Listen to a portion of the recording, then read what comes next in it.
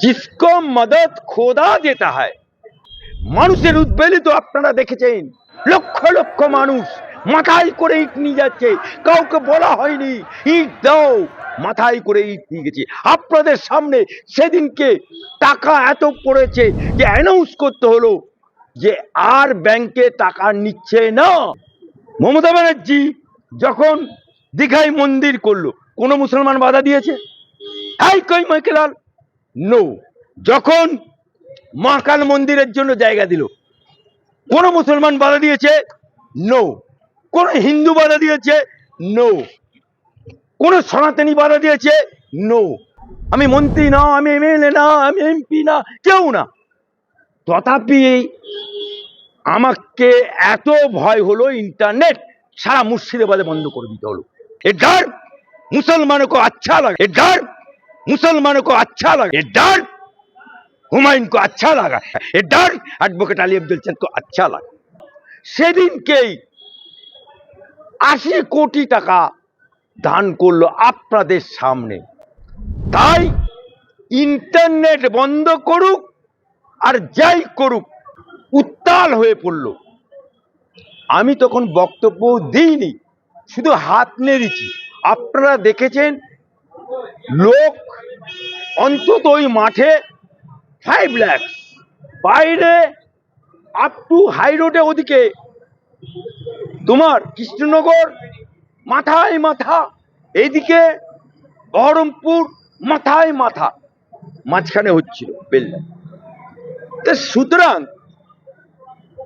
जिसको मदद खोदा देता है সেদিনকে যে আমি গেছি মহামান্য আদালত স্বীকৃতি দিয়েছে তার আগে পর্যন্ত পুলিশ বিরোধিতা করে গেছে এখানে মুনাফেক মুসলমান কেস করেছিল তার হয়ে নরমচরণ করেছিল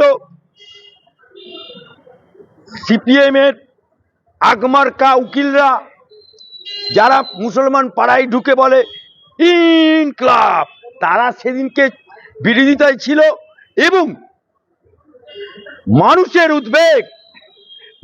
উদ্বেলিত আপনারা দেখেছেন লক্ষ লক্ষ মানুষ মাথায় করে ইট নিয়ে যাচ্ছে কাউকে বলা হয়নি ইট দাও মাথায় করে ইট নিয়ে গেছে আপনাদের সামনে সেদিনকে টাকা এত পড়েছে যে অ্যানাউন্স করতে হলো যে আর ব্যাংকে টাকা নিচ্ছে না সেদিনকেই 80 কোটি টাকা দান করলো আপনাদের সামনে তাই ইন্টারনেট বন্ধ করুক আর যাই করুক মহামান্য হাইকোর্টের আদালতে আমি গেছি একজন মুসলমান কলমা পড়নেওয়ালা মুসলমান লা ইলাহা ইল্লাল্লাহ মুহাম্মাদুর রাসূলুল্লাহ বললে वाला মুসলমান হিসাবে হুমায়ুনের আইনজীবী হিসাবে আমরা লড়কে লড়াই করে এই জন্যই বক্তব্যতে বলেছিলাম আমরা হাইকোর্টে লড়াই করেছি পরাস্ত করেছি করে ওখানে গেছি অর্ডার নিয়ে গেছি অর্ডার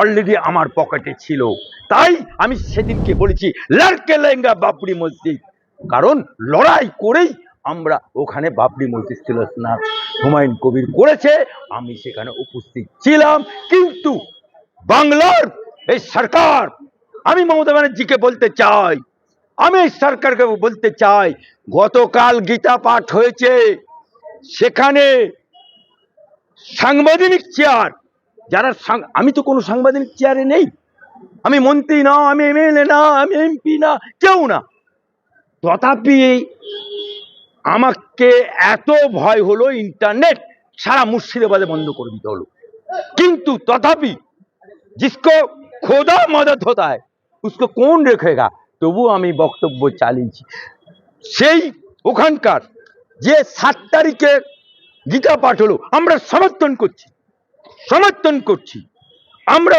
বাবা আম্বেদকরকে সেলুট জানিয়ে সমর্থন করছি কিন্তু সেখানে নির্বাচিত দলনেতা কোনোদিন কারোর একার হয় না দলনেতা অর্থাৎ বিরোধী নেতা সব বাড়ির মন্ত্রী তাদেরকেও দেখা গেল কেন্দ্রীয় সুতরাং সাংবিধানিক পদে থেকে তারা সনাতনী তাদের গীতা পাঠ করেছে সেলাম জানাচ্ছি আমরা সমর্থন জানাচ্ছি, কিন্তু যত দোষ নন্দ ঘোষ। অর্থাৎ মমতা ব্যানার্জি যখন দীঘায় মন্দির করলো, কোন মুসলমান বাধা দিয়েছে? হাই কই মাইকেলাল, নো। যখন মহাকাল মন্দিরের জন্য জায়গা দিল, কোন মুসলমান বাধা দিয়েছে? নো। কোন হিন্দু বাধা দিয়েছে? নো। কোন সনাতনী বাধা দিয়েছে? নো।